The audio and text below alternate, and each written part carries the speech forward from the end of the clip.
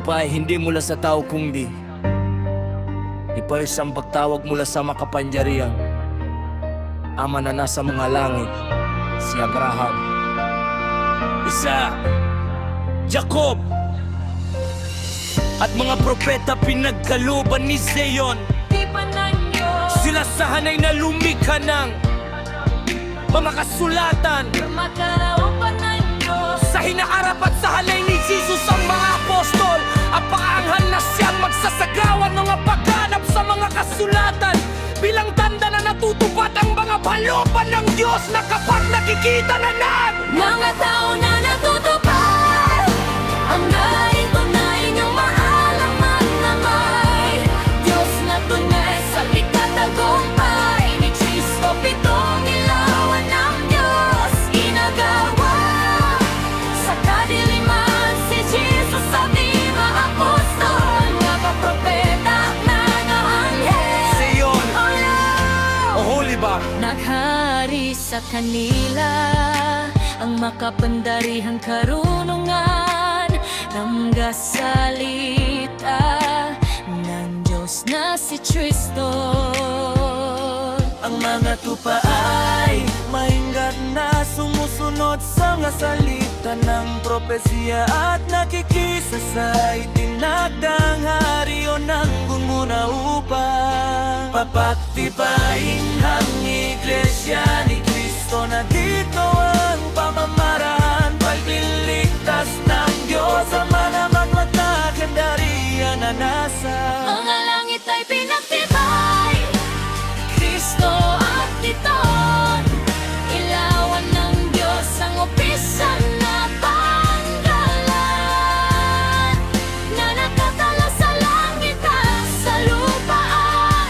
Kita sa lupa ang iglesia na ayakan na nasa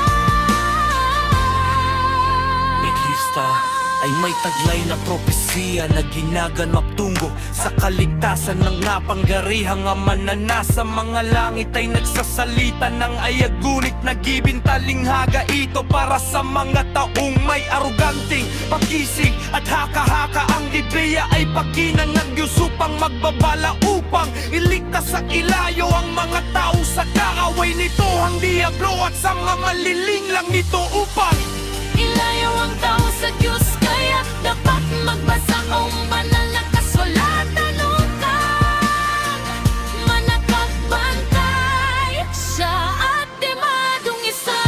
sa mga aaral na patalikod sa Diyos, sa tunay na iglesia ni Kristo ay may isang tunay na Diyos lamang ang makapangyarihan, Ama na nasa mga langit. Dati sa tagapamagitan sa Diyos sa tao, ang taong si Jesus Kristo sa loob ng iglesia ni Kristo, hindi sumasamba sa alinman, larawan nakikita man o hindi walang niluhuran na nilikha. Ang pagpahawak sa bawat isa ay magkakapatid naman, at ang pag-aasawa ay sa loob lamang ng iglesia. Ang mapot sa kauri ay may pagtitiwalag kapag di itinuwit ang mali ang pagkaig. Ng dugo ito'y simbolo ng buhay. Ang buhay ay mahalaga kaya dapat maging mabuti sa lahat, kauriman o hindi, upang ang ilawan ng iglesia ni Kristo ay lumiliwanag. Saan muling ang propesya ang laging bantayan upang kay sa lagi ni Ama ang napatuhanan tungkol sa magkakamarihan. Ama na nasa mga langit ang manatili sa ating puso, lagi na sundin sa lahat ng panarang. at parangalan siya lagi sa katotohanan tungkol sa kanya. Ito'y kabanalang pagalang sa haring, walang katulad, pinupuri nung ngayon, bukas at magpakailanman. Sa'yo po lagi ang kapurihan.